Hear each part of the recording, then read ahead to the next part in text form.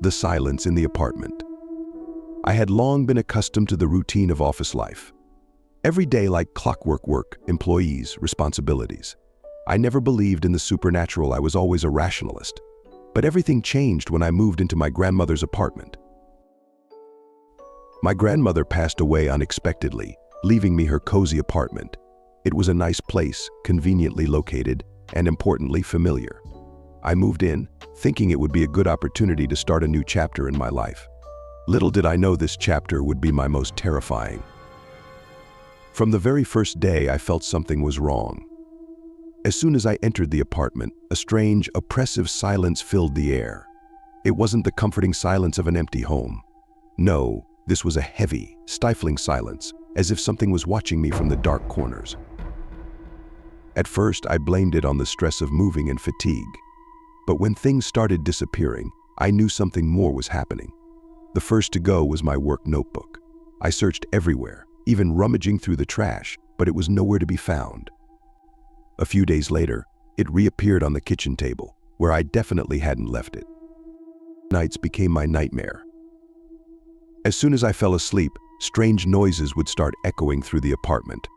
Footsteps, as if someone was quietly walking down the hallway, thuds, the clatter of dishes. A couple of times, I woke up feeling like something was choking me. I opened my eyes and saw only darkness, but the pressure on my chest wouldn't go away. I tried to find a rational explanation. I checked all the locks and windows, thinking maybe one of the neighbors was playing a cruel joke on me. But the more I searched for answers, the stronger the feeling grew that something non-human lived in the apartment. One night, I woke up to a loud bang. I looked at the clock, -3. The footsteps were getting closer and closer. I gathered all my courage and stepped into the hallway. The light wouldn't turn on, the bulb had burned out. In complete darkness, I groped my way forward and suddenly felt cold breath on the back of my neck. I turned around, but no one was there. The apartment had become my nightmare. I felt like a prisoner in my own home.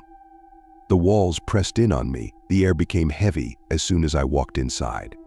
Gradually, I started losing touch with reality.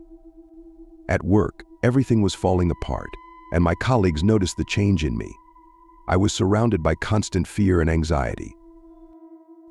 I decided to seek professional help. An exorcist came, examined the apartment, and said there was indeed something sinister there. He performed a cleansing ritual, but it didn't help.